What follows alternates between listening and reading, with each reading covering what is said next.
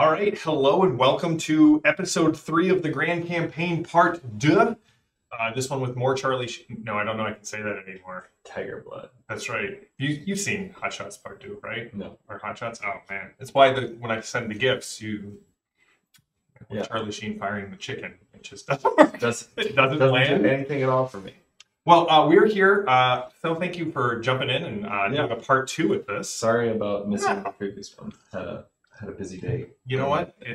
Once a month podcasting, it always or live streaming always goes like that. Like, I'm always like, oh, nerds. That's why all my podcasts are asynchronous. Yeah, see? Yeah.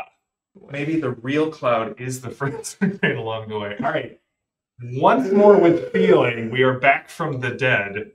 I don't even remember what I was talking about. You were asking about how games were going. Yeah. All right. Yeah. So, well, anyway, so it was a nice episode. Ended on a cliffhanger.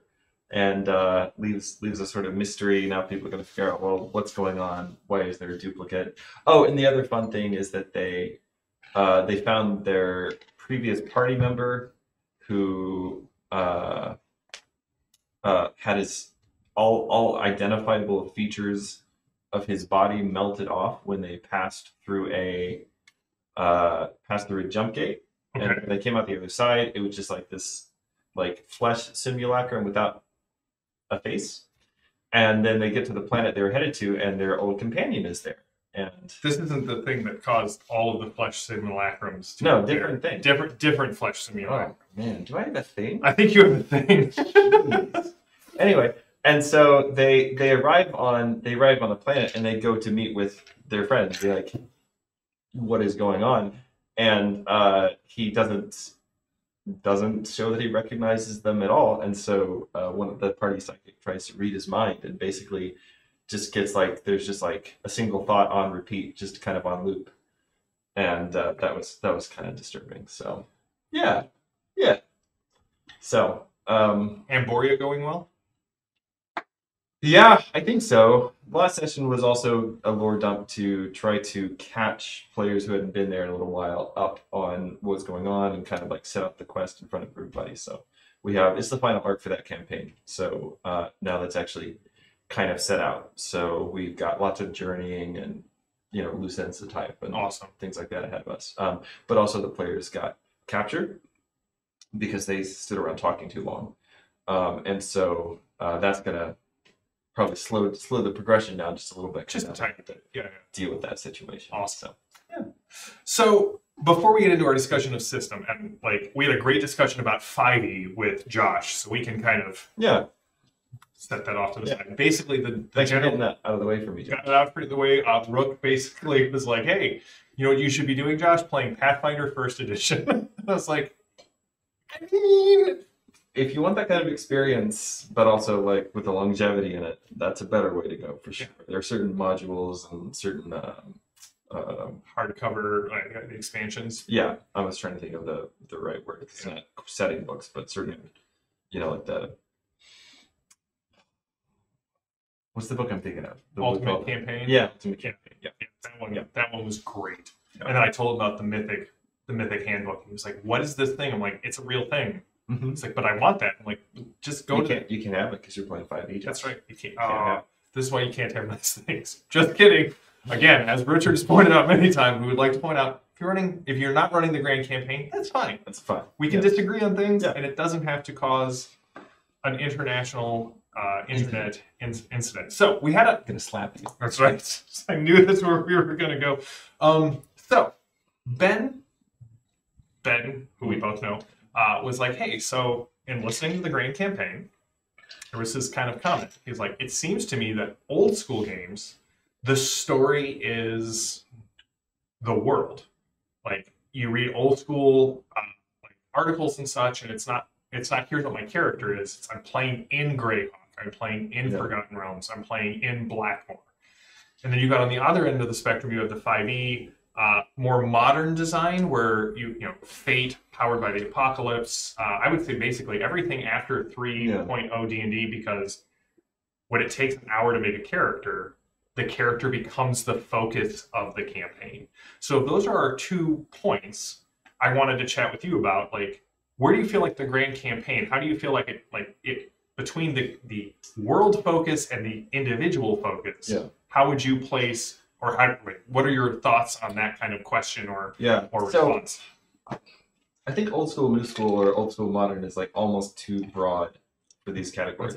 Because then it's like, well, which old school game are you talking about? Because for instance, like if we go back to like the very, very early days of the hobby, the game was the dungeon. Mm-hmm. The story was the dungeon. The story was not your character.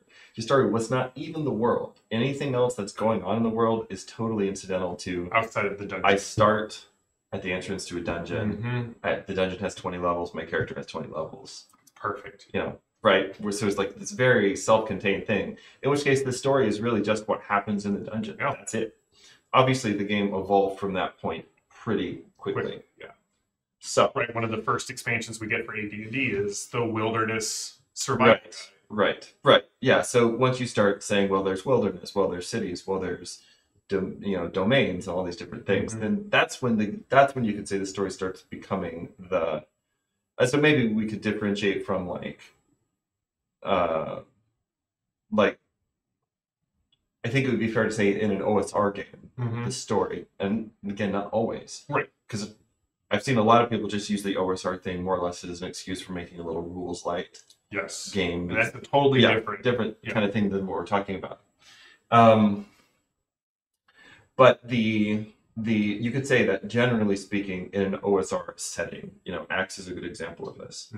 The story is more about the world than it is the characters. And I guess what I would say is that for a grand campaign, that's even more the case, right? Because you could. System is important, as we're going to talk about, but there's also a sense in which you could run a grand campaign with any system. Some systems would just be better at it than others. Right. And so if you do that, then kind of no matter what system you're running, the story is going to be. For me, a grand campaign means the story is more about the community than it is about the single person. That was my comment was you can have individual arcs, but it really ends up being more, not even about the world, it ends up being more, or the dungeon, it ends up being about this line of knights, to use Pendragon, or the woodman community that you were talking about in your tour game. Yeah, that's the thing. You've got, let's say, a kingdom or a community or something like that you're plugging into and that your players are investing in over the course of many characters. And that multi-generational aspect and that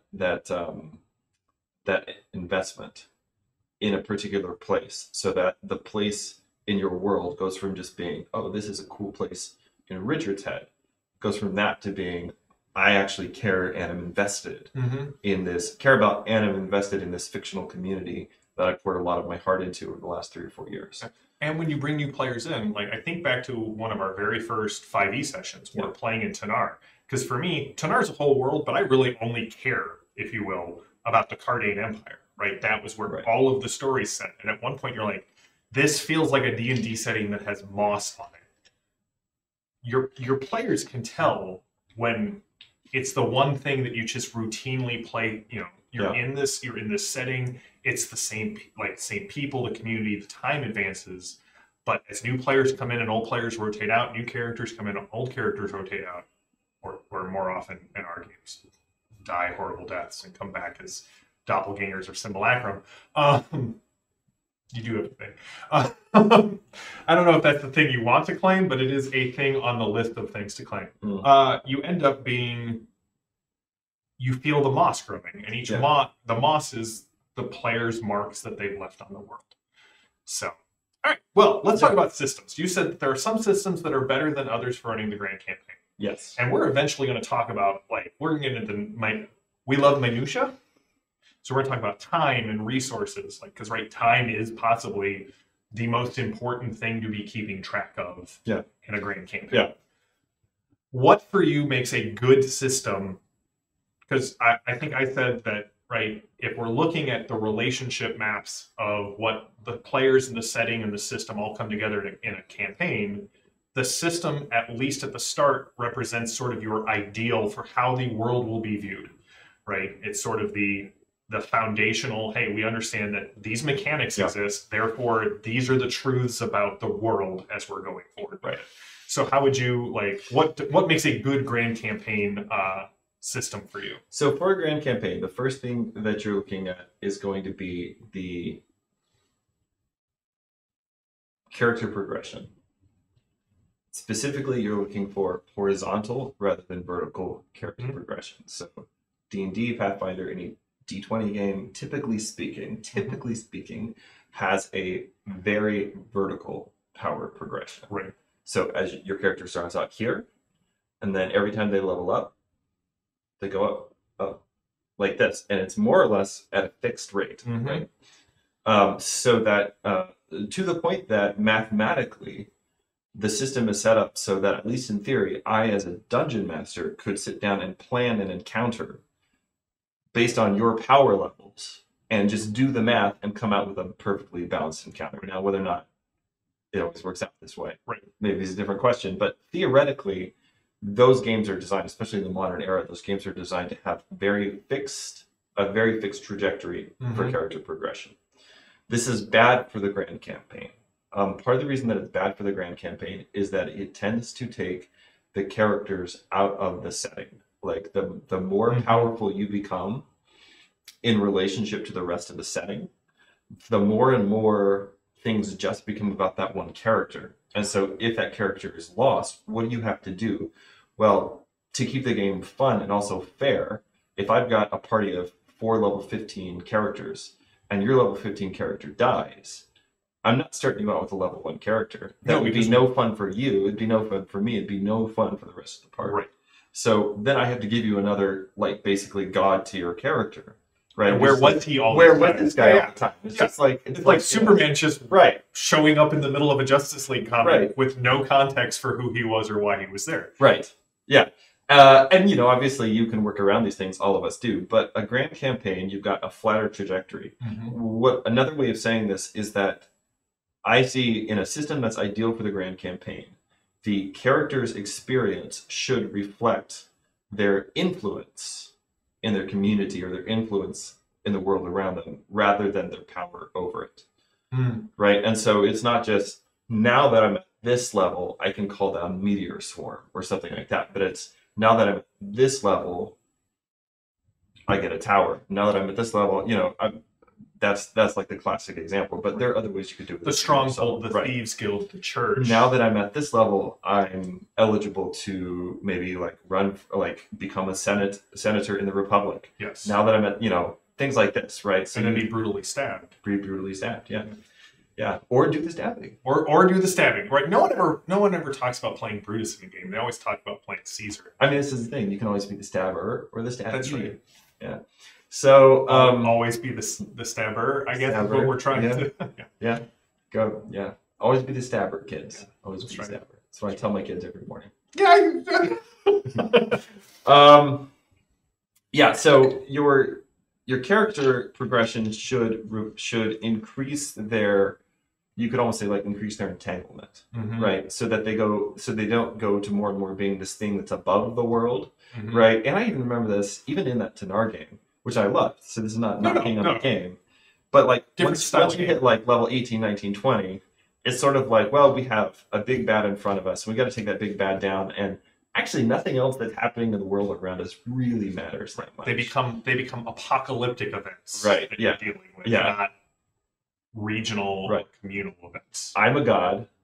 I have god level things to work on now, and everyone, you know, you guys gotta sell your own little things. That's right. Which is a fine kind of campaign to run.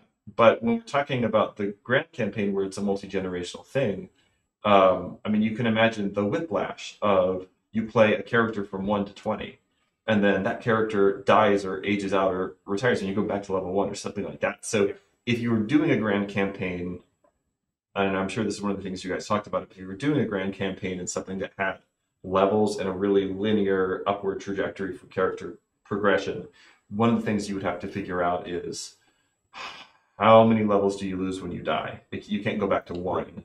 This is where the old hireling rules were very integral and important to the game. Yes. In the fact that we talked a little bit about this with Josh, that like Like if you and the link to Ben at Questing Beasts video will be in the show notes, but Ben at Questing Beasts just this week had a video. He's like, I'm reading through the first edition AD&D DMG. Yeah. You were supposed to have multiple characters and multiple groups going at the same time. Like whoever showed up, whatever party they belonged to, that's the party that you ran. Yeah. And sometimes there would be parties competing against each other, but also going back to Gary's, the very famous time quote that he always uses. In the original AD&D DMG, if we didn't play for 3 weeks, 3 weeks passed in-game for our character. And you had to pay those hirelings. Yeah. And all that stuff. Yeah. But yeah, hirelings became the way that you farmed the new characters. Right.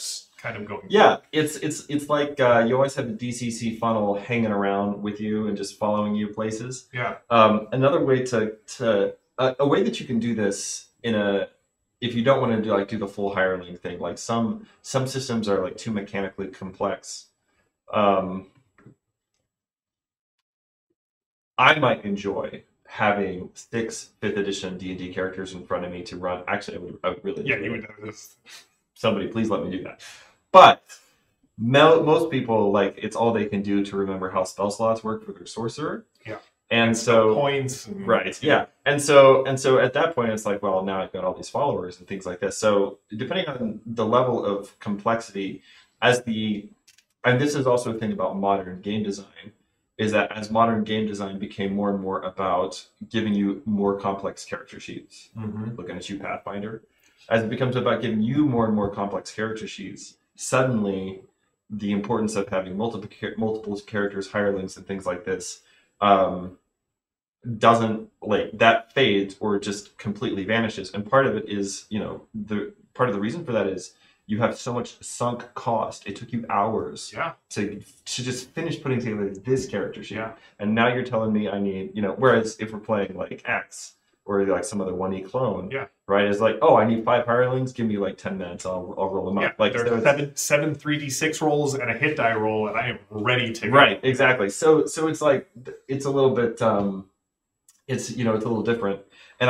But one of the funny ways this is inverted back on us, right, is that in response to the really complex stuff, like the really complex character sheets, we started getting all these rules or like narrative heavy systems, Fate, Powered by the Apocalypse, things like this, which is not my favorite kind of game to play. However, I see what they were responding to, but the way that they chose to respond to it was to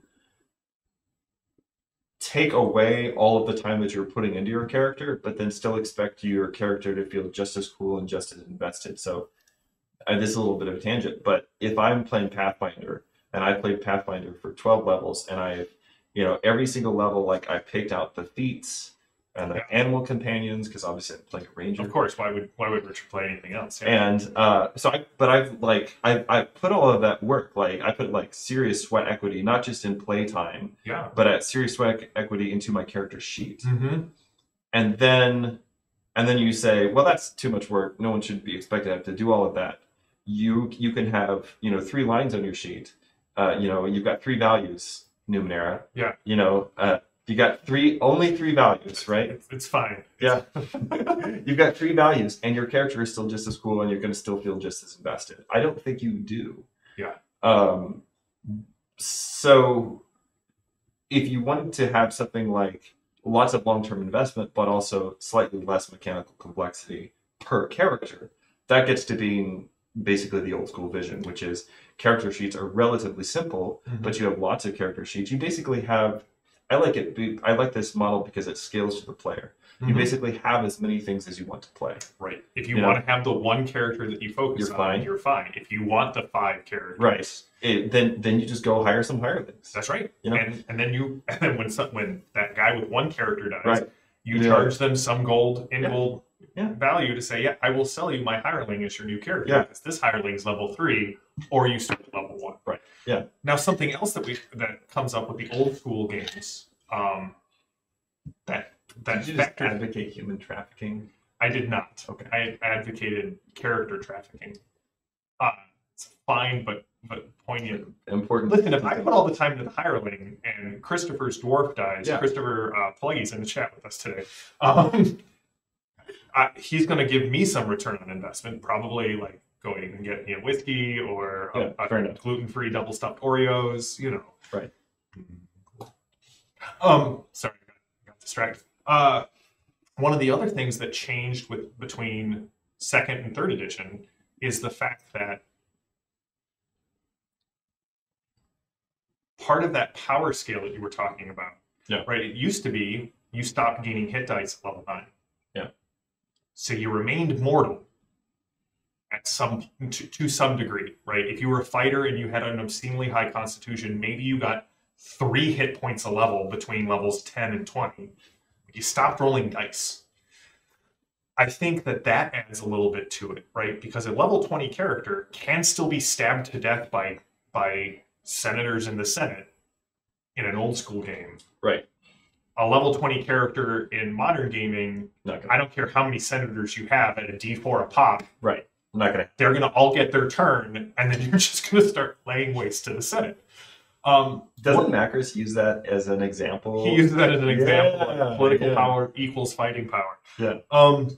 So for me, this is all of the reasons why I prefer D100 games for the Grand Campaign. RuneQuest. Yeah. Actually, I was, as you were talking about this, one of the things I like about the newest version of Warhammer is you don't level up, you level out. Yeah. And so, like, if you're a rat catcher and you finish the bronze tier of rat catcher, you can go to any other bronze tier, or you can become a silver tier rat catcher, which just means you got some more, you've moved up in the guild, so you have some more connections, your skill can get a little bit better, and you get a little bit more income, because now you're not an apprentice rat catcher, you're a journeyman rat catcher. And so it has you investing in your profession. You never get more hit points in Warhammer. Like, you're always like one bad roll away from death, which I'm not saying has to be a component of the Grand Campaign, but is definitely something I think that lends itself to this idea that I am mortal. I will not be, around for this whole campaign, right? Even if you don't die in Warhammer or RuneQuest, you're going to lose limbs. You're going to lose limbs.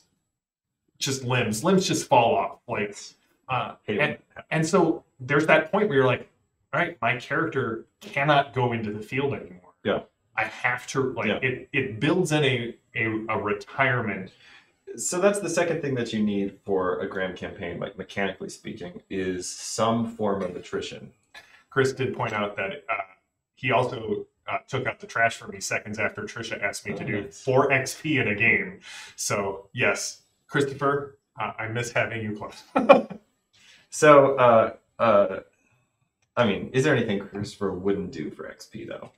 I don't know. I think they're like Klondike bars. Like, Christopher, will you use your lightsaber on all of these younglings? No. How about for 10 XP? He would do anything for XP. That's right. Yeah. But he won't do that. He won't do that. Yeah. All right. So, second thing mechanically. Yeah. So the second thing mechanically you need is some kind of attrition. Mm-hmm. This is really important in a D20 game, unless I, as the GM, decide you lose a hand and that affects your character sheet this way from now on, or something like that. Unless I decide that, there's not, which obviously I can do. There's nothing in a D20 system that really incentivizes your characters to retire in any way. Right. Now, Rules is written, right? Rules is written. Again, if you're a sufficiently creative individual, you can think of ways to punish people, break their souls, all kinds of fun things. But there's nothing rules is written because I don't know. People who write game rules now think players should have fun, and I don't know.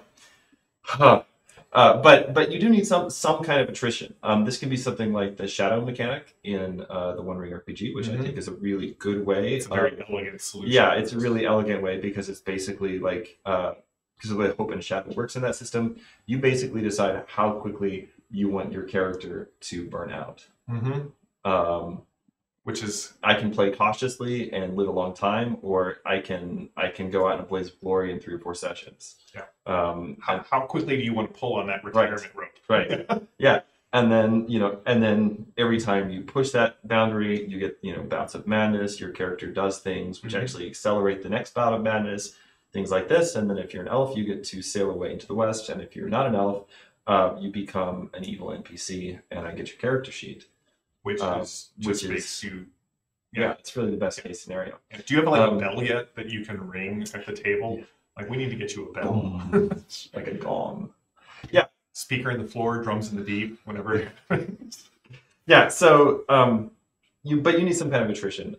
Physical maiming is also a good one. Mm-hmm. The sanity mechanic in Call of Cthulhu could be something. Yeah. I think that's a pretty classic example of something like that. And I think the sanity mechanic in Call of Cthulhu would probably lend itself pretty well to being reskinned for any D100 system. Yeah. Rob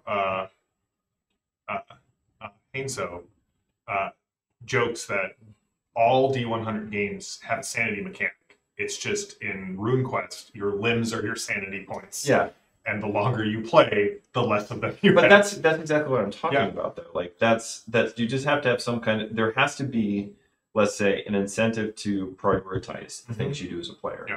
Right? And the incentive can be the things that are happening in the world external to my character. Like, I don't want this bad thing to happen, so we're going to go here, even if that means that this other bad thing might happen. So that's one kind of incentive.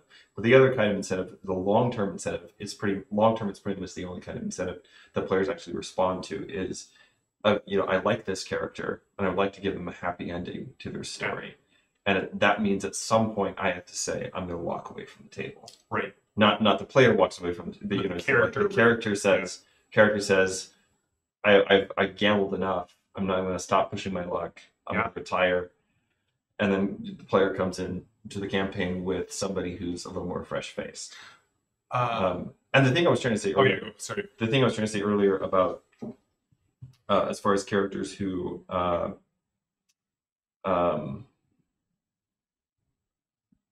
this is what it was, talking about hirelings that increase mechanical complexity makes it harder and harder to do hirelings. But a good thing that you can do is backup characters. So in my tour game, pretty much everybody had at least one backup character, and they wouldn't be in every session.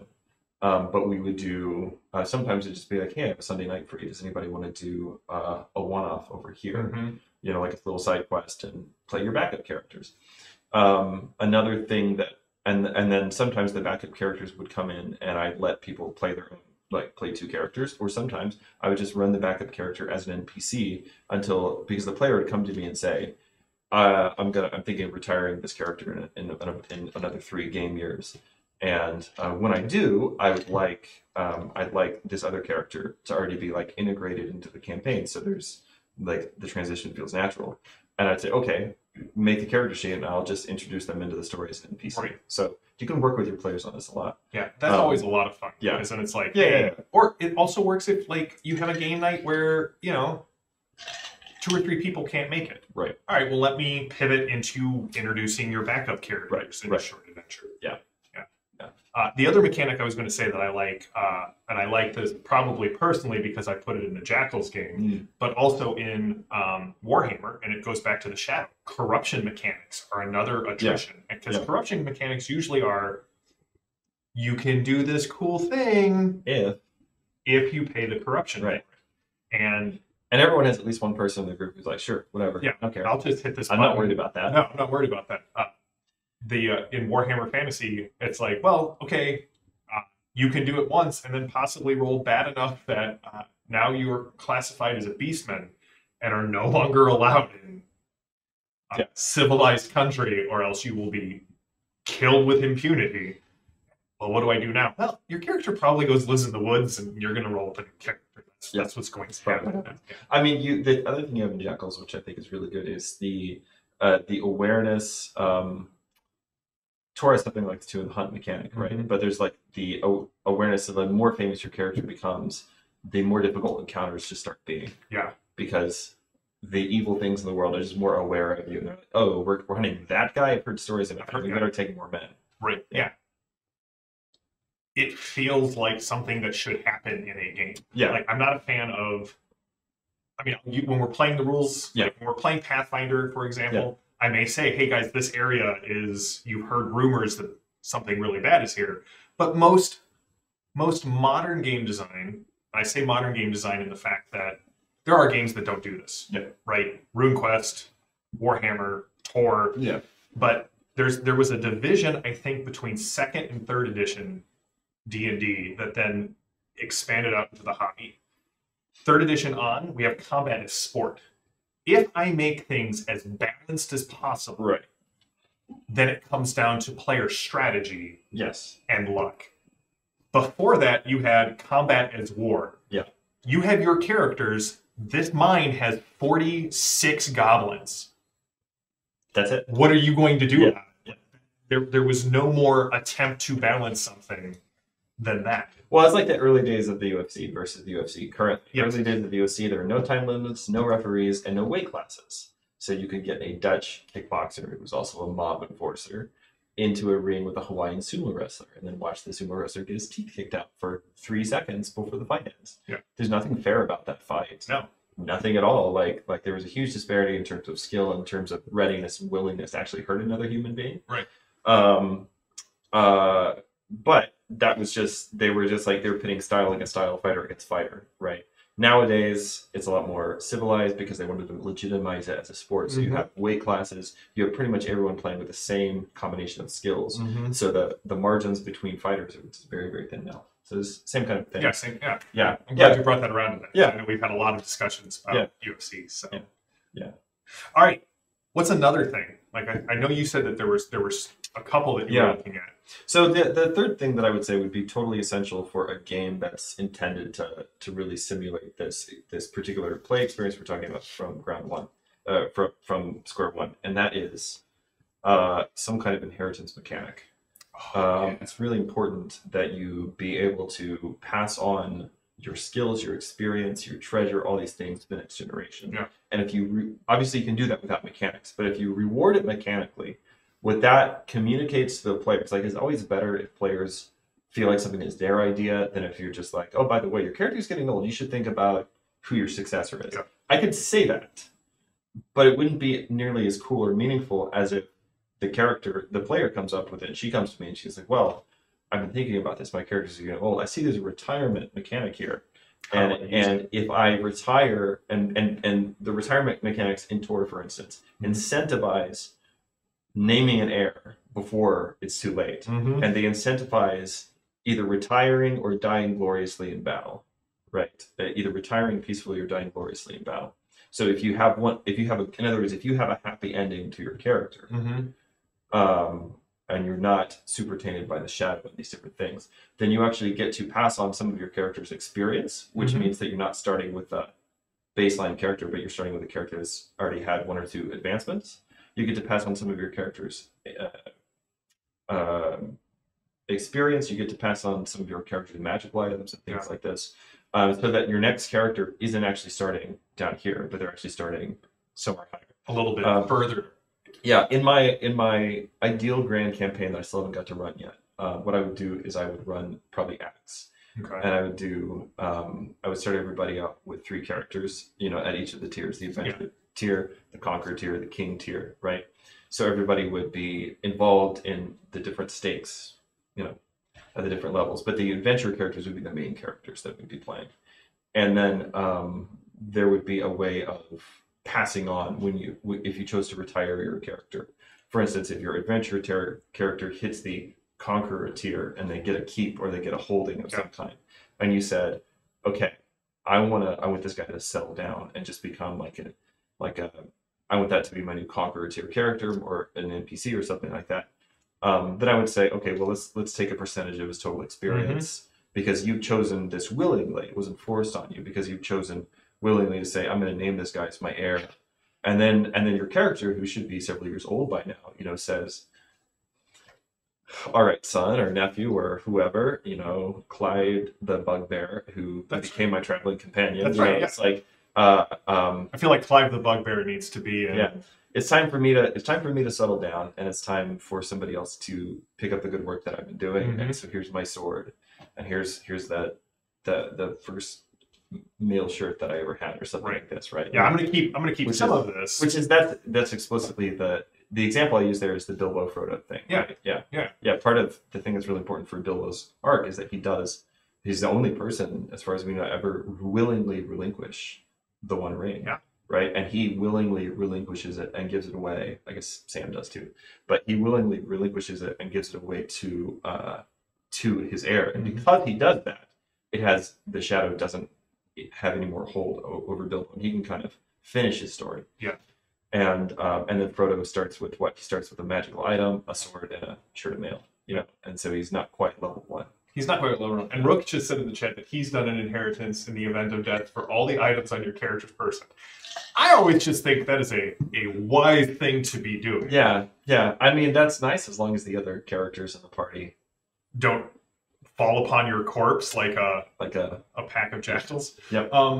So I know that BX and X, those kind of clones, have the gold is XP. Right. So I think X has 2 different rules depending on if you're playing base or heroic, where it's like, if I just blow money on carousing, like just to celebrate I'm an adventurer, 90% of that ends up becoming XP for a new character. Right. And then I really love the heroic funeral rules, right, where it's like if the party pools a bunch of money to give your character a heroic funeral, 90% of that becomes XP for your next. And I did something like that in my tour campaign. Yeah.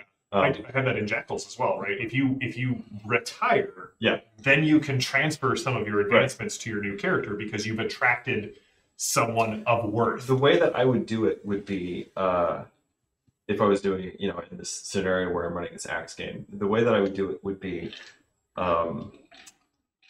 probably in terms of like some kind of an endowment. So it's like your character retires and you commission a public work on behalf of the community that your character is a member of. Oh, I like that. You build an aqueduct or a hospital or something, right? And then it's like some percentage of the money. And Axe is great because if you want to know how much does it cost to build an aqueduct, there's probably an Axe table for that. There's 100% an Axe table. No, 100%. Right? So you can say I'm retiring this village, and the village has a stockade that's falling apart. I'm going to build some walls and a tower, or I'm going to invest in irrigating these fields, or I'm going to invest in rerouting some of the river. Yeah.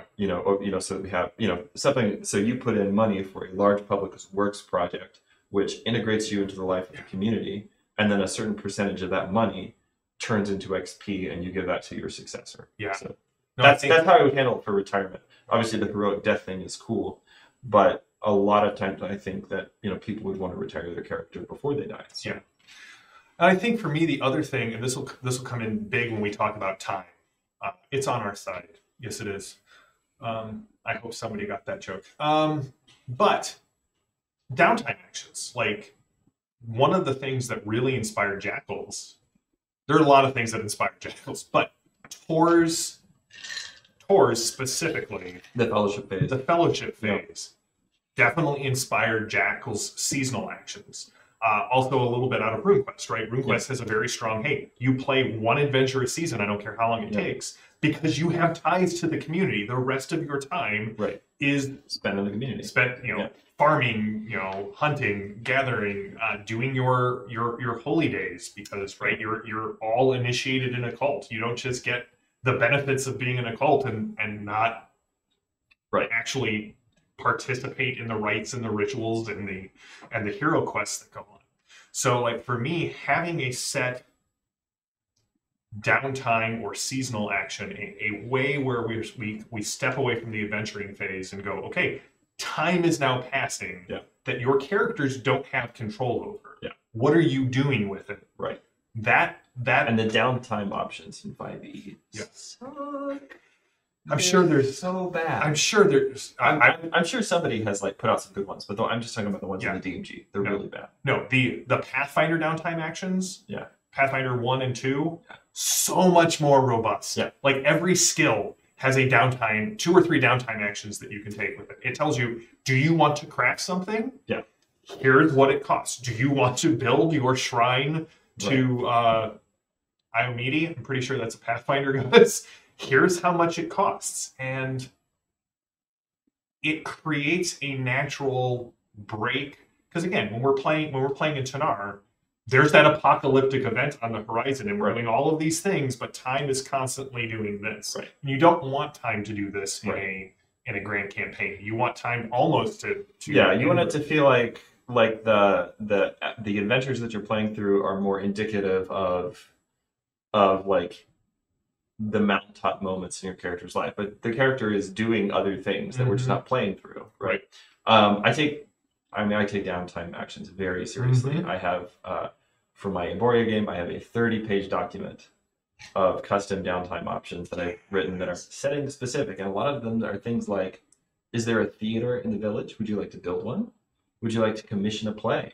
Yeah. Would you like to arrange a schedule of dramas and comedies? And you have to sort of gauge what is in vogue this season. And so you make a roll to determine what kind of drama and comedy is in vogue.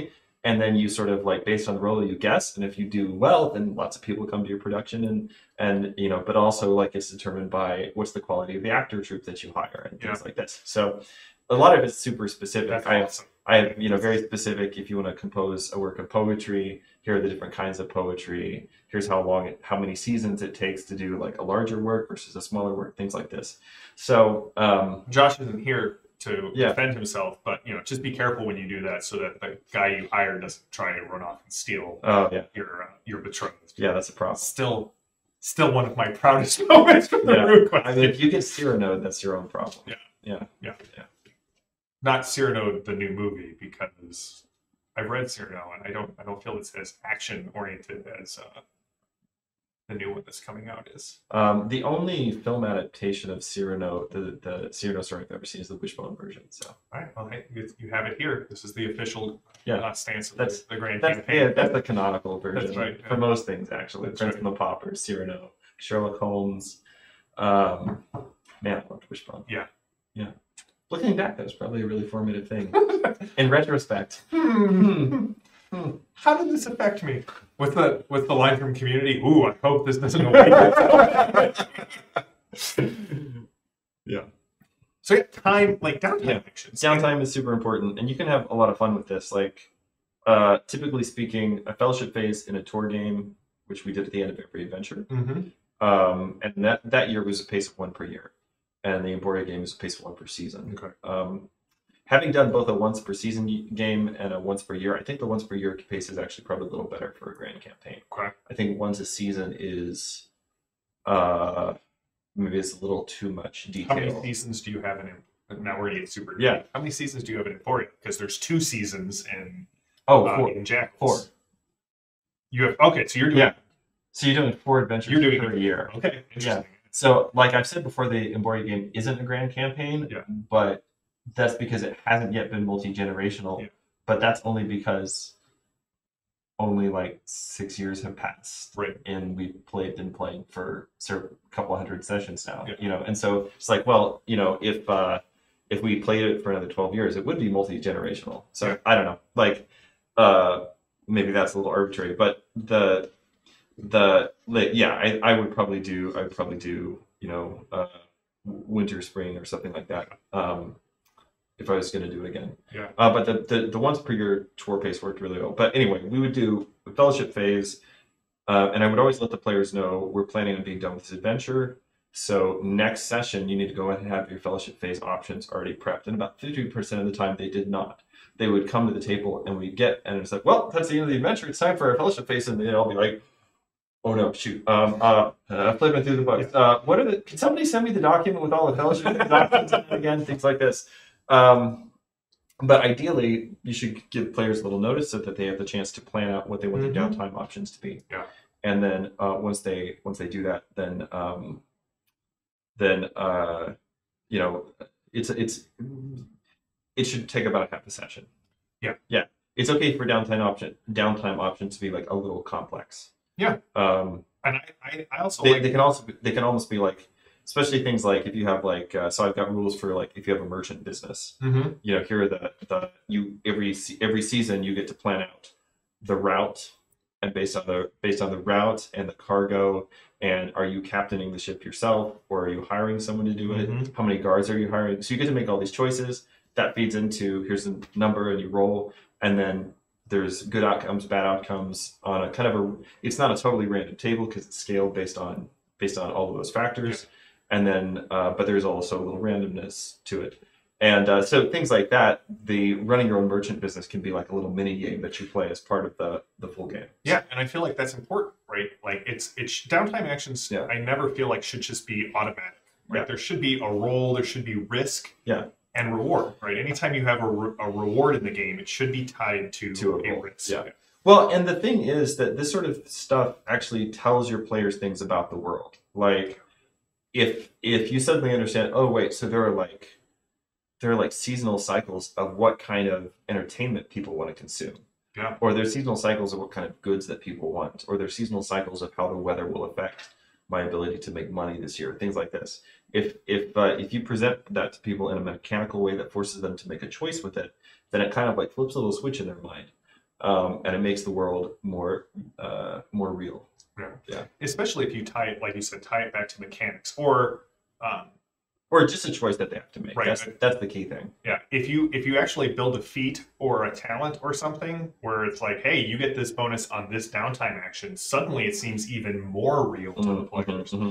I know we keep referencing acts, but the economy tables that you can roll on to say, hey, this village is here by a mountain or a plain. Yeah. Here's the values. Like I kind of want to take this, like one of these boards, and do the math on this. We have one of the IKEA glass hex boards here. Just draw it all out and go from there. Well, I think we've talked about this quite a bit. Yeah. Any final thoughts? Like, obviously, we both love grand campaigns. Josh is totally invested in all of this. Yeah. Actually, Chris has said we've inspired him. He's got a brand new notebook. He wants to run a grand campaign in the Star Wars universe. Oh, yeah. He doesn't know how what system or anything yet, but yeah. Any final thoughts on system choice? If you had to pick, let me do this. Let me give you a final thought. Top 3 systems in your head for like if you were to run a grand campaign and you were to start tomorrow. Yeah. What are your top 3? Here are the ones I would go to choose. Well, my top one, like I already said, the game that I really want to run is an axe game with the multiple tiers of play. Yeah. Because I think that would just be really dope. Yeah, sign me up for that. Yeah, it'd be super cool. So that's one. The second thing that I would probably like to run it with would be I've been wanting to do a grand campaign set in the Roman Empire, and actually start with the late Republican era and go up to about the time of Justinian. Okay. So basically, you would have basically 2 to 3 adventures per generation. Yeah. And then there'd be a little bit of a time skip. And then you pick up the next generation, and basically it would be following the fate of like a single patrician family through that'd be awesome through the centuries. Yeah, and of course the fall of the Republic, the rise of the Empire, the conversion to Christianity, the barbarian invasions, all this stuff. Like you get to play it out. Yeah. So I would use basically RuneQuest for that. I think they're calling it Mithras or the Mithras. But the RuneQuest 6 or yeah. whatever. Yeah. Mithras has got a solid bones for a grand campaign. Yeah. I mean that's what it's that's really the play style it's made for. Yeah. And then the third one I would really want to run would be a great Pendragon campaign. Yeah, I knew Pendragon was going to hit. Yeah, Pendragon is in my list maybe later this year. Oh, that'd be awesome. Maybe whenever. I think my current plan is whenever the Emboria game finishes up, I'm going to run that great Pendragon campaign. That's awesome. So that's something I've always wanted to do. I love Arthurian stuff. It's really hard to find players who are also into Arthur. Yeah. But I'm hoping, I've been sort of kind of putting out feelers now. So hopefully maybe later this year, next year, to start that. And looking forward to talking about that. Yeah. The full 30-year or 60-year, 60-year kind of a game. So. Yeah, Uther to Mordred kind of arc. Yeah. And that'll be awesome. Well, Richard, thanks for joining us. Guys, thanks for tuning in for the second half of part 3. We'll be back at the end of, what's next month? April. We'll be back at the end of April with more discussions on the Grand Campaign. Thank you all for joining in and talking with us about this. And Richard, thanks for having me. Yeah, no, man, you are one of the hosts. Couldn't let an episode pass. So, all right, everyone, we will see you all next month. And until then, have a great one.